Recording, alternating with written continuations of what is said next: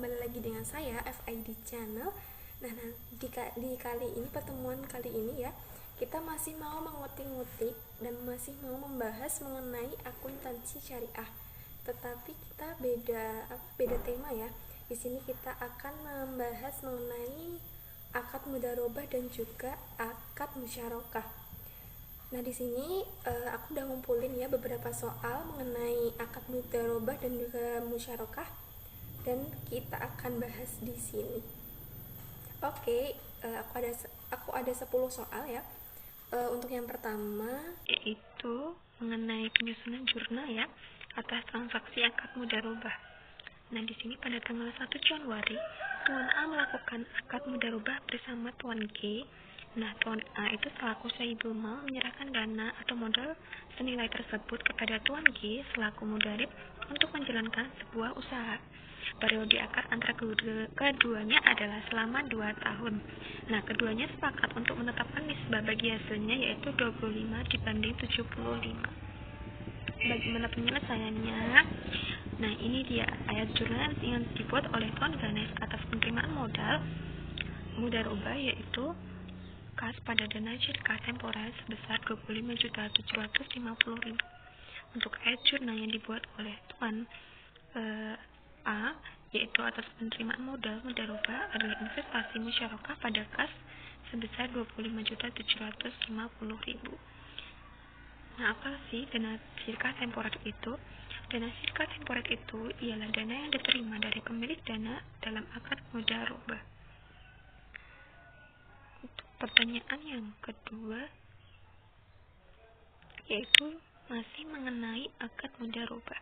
Nah, di sini diketahui bahwa sebagian data keuangan di suatu usaha yaitu tersebut bisa dilihat jika kedua belah pihak yaitu sahibul mal dan mudarib menyepakati laba, maksudnya bagi laba dengan nisbah 30 dibanding 70, maka hitunglah bagian keuntungan yang akan diterima masing-masing.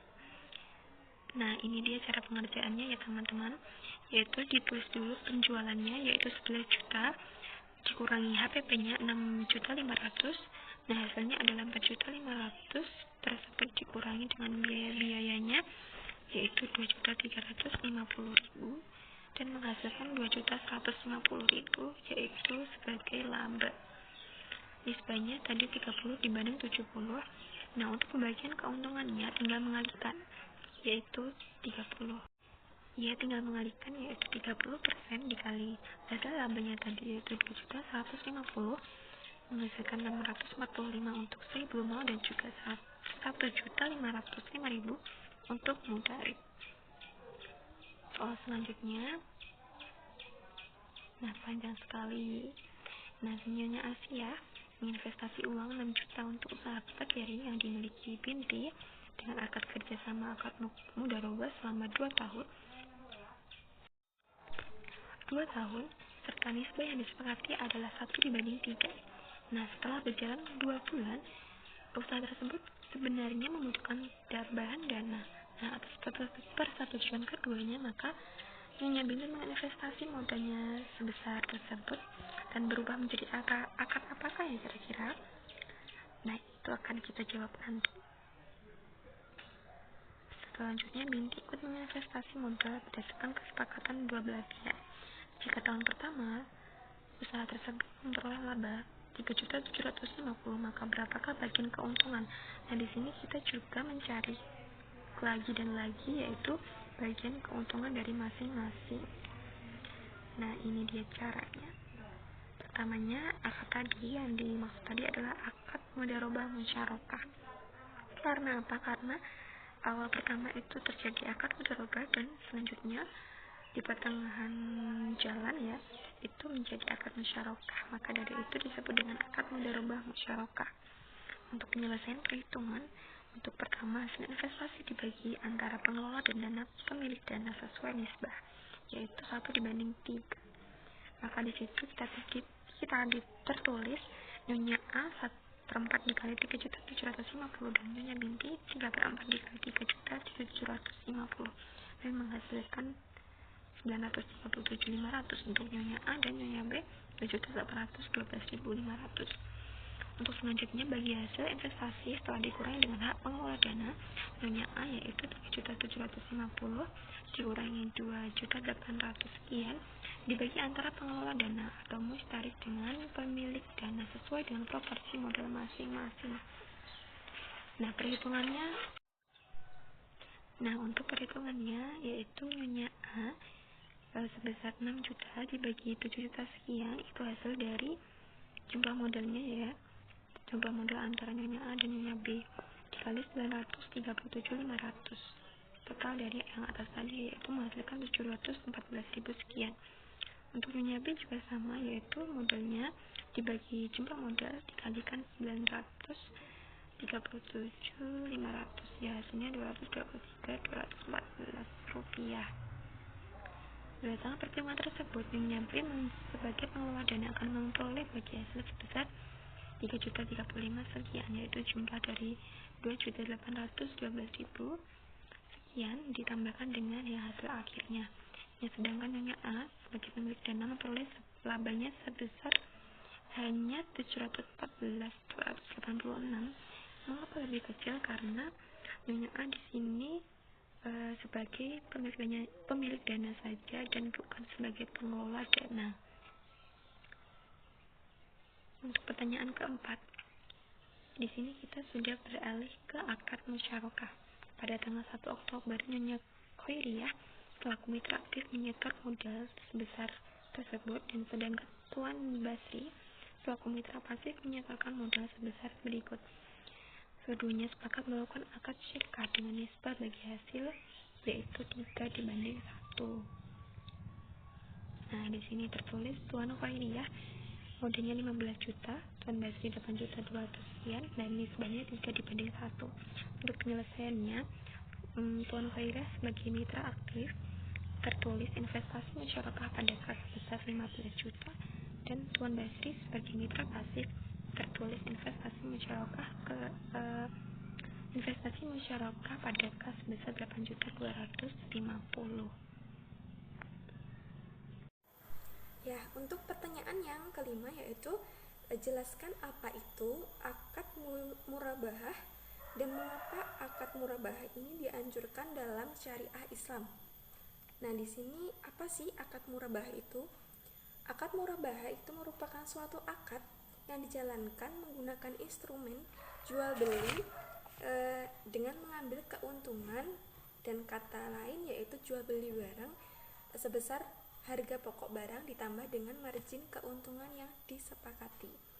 Jadi kedua belah pihak itu akan saling menguntungkan dan biasanya dilakukan oleh seorang syahib al-mal atau pemilik modal dengan pihak yang membutuhkan melalui transaksi jual beli dengan penjelasan bahwa harga pengadaan barang dan harga jual terdapat nilai lebih dan yang merupakan keuntungan atau laba bagi syahibul al-mal tadi. Nah, tadi soalnya adalah mengapa akad murabahah ini dianjurkan dalam Islam? Kira-kira apa ya? Nah, alasan akad murabahah itu dianjurkan dalam Islam itu ada 3, yaitu yang pertama, keuntungan langsung diketahui. Nah, keuntungan itu langsung diketahui di awal dan sudah disepakati di awal. Yang kedua adalah marginnya fix, yaitu keuntungan murabahah sifatnya fix atau tetap jika sudah disepakati tidak dapat dirubah kembali. Yang ketiga adalah resiko rendah. Transaksi murabahah secara kredit adalah transaksi utang piutang yang wajib diselesaikan oleh nasabah. Apa artinya? Yaitu penyelesaian utang piutang tidak berkaitan dengan kondisi usaha nasabah, apakah dalam untung atau juga rugi. Oke, untuk soal yang keenam, yaitu apa sajakah yang perlu diperhatikan dalam pelaksanaan akad salam paralel. Apa sih akad salam paralel itu? Salam paralel itu merupakan jual beli barang yang melibatkan dua transaksi salam. Dalam hal ini, transaksi salam pertama dilakukan antara nasabah dengan bank, dan untuk yang transaksi kedua itu dilakukan antara bank dengan petani atau pemasok. Nah, hal apa saja sih yang perlu diperhatikan untuk akad tersebut?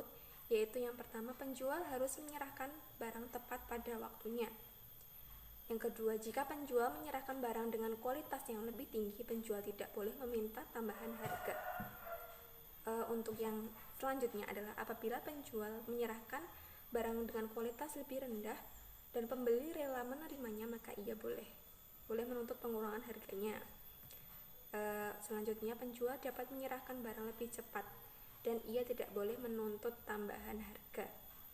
Dan yang terakhir adalah jika semua atau sebagian barang tidak tersedia pada waktu penyerahan atau kualitasnya lebih rendah dan pembeli tidak rela menerimanya, maka ia memiliki dua pilihan, yaitu membatalkan kontrak dan juga meminta kembali uangnya atau menunggu sampai tersedia.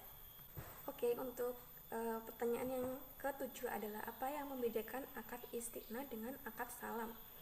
Nah, jika akad salam itu barang yang diakadkan sudah jadi atau ready, tetapi saat akad barang tersebut belum bisa diserah terimakan kepada pembeli, contohnya seperti reseller online shop. Nah, sedangkan dalam akad istiqna itu barang yang diakadkan belum ada dan harus dibuat terlebih dahulu oleh penjual sesuai spesifikasi yang pembeli inginkan, dan ini kira-kira bisa disebut dengan dropship ya teman-teman. Untuk yang ke-8 adalah bagaimana konsep penerapan akad ijarah muntahiyah bin tamlik. Nah, akad ijarah muntahiyah bin tamlik itu adalah akad sewa menyewa yang diakhiri dengan pemindahan kepemilikan objek akad dari pemberi sewa atau muajir kepada penyewa atau mustajir melalui akad jual beli atau hibah setelah berakhirnya masa sewa. Untuk pertanyaan yang ke-9 adalah jelaskan syarat harta kekayaan yang wajib dizakatkan atau objek zakat. Yang pertama adalah halal, maksudnya itu didapatkan dengan proses yang halal. Misalnya itu hasil dari kerja kerasnya seperti gaji pekerjaannya selama 1 bulan, seperti itu. Untuk yang kedua adalah milik penuh, yaitu kepemilikan yang berupa hak untuk penyimpanan dan pengelolaan dan tidak ada hak orang lain. Yang ketiga adalah berkembang, yaitu bisa dianggap sebagai harta yang bertambah, misalnya hasil perdagangan dan juga hasil investasi. Yang keempat adalah cukup nisab. Nisab adalah jumlah minimal yang menyebabkan harta terkena kewajiban zakat. Jadi kalau belum cukup itu tidak diwajibkan untuk zakat. Yang kelima adalah cukup haul, yaitu jangka waktu kepemilikan harta di tangan si pemilik sudah melampaui 12 bulan komariah atau 1 tahun. Yang keenam adalah bebas dari hutang. Jadi kalau teman-teman masih punya hutang itu tidak diwajibkan untuk zakat. Dan yang terakhir adalah lebih dari kebutuhan pokok. Oke, untuk pertanyaan yang terakhir adalah tuliskan secara singkat ide penelitian seperti wakaf dan apa yang menarik dari ide tersebut. Untuk ide saya meneliti dengan judul wakaf tunai dan pengaruhnya terhadap program pengembangan kesejahteraan umat di Indonesia. Mengapa saya meneliti hal tersebut? Karena di dalam Islam itu amalan wakaf memiliki kedudukan yang sangat penting, seperti halnya zakat dan juga sedekah. Wakaf diharuskan seorang muslim untuk merelakan harta yang diberikan untuk digunakan dengan kepentingan ibadah dan juga kebaikan. Harta wakaf yang sudah diberikan sudah bukan menjadi milik pribadi kita, melainkan sudah menjadi hak milik umat. Wakaf juga bisa dijadikan sebagai lembaga ekonomi yang potensial untuk dikembangkan selama bisa dikelola secara optimal, karena institusi perwakafan merupakan salah satu aset kebudayaan nasional dari aspek sosial yang perlu mendapatkan perhatian sebagai penopang hidup dan harga diri bangsa. Oleh karena itu, kondisi wakaf di Indonesia itu perlu mendapatkan perhatian yang sangat ekstra, apalagi wakaf yang ada di Indonesia pada umumnya berbentuk benda yang tidak bergerak dan tidak dikelola secara produktif ya, dalam arti hanya digunakan untuk seperti masjid, juga untuk musola, untuk pondok pesantren, untuk sekolah, untuk makam dan sebagainya.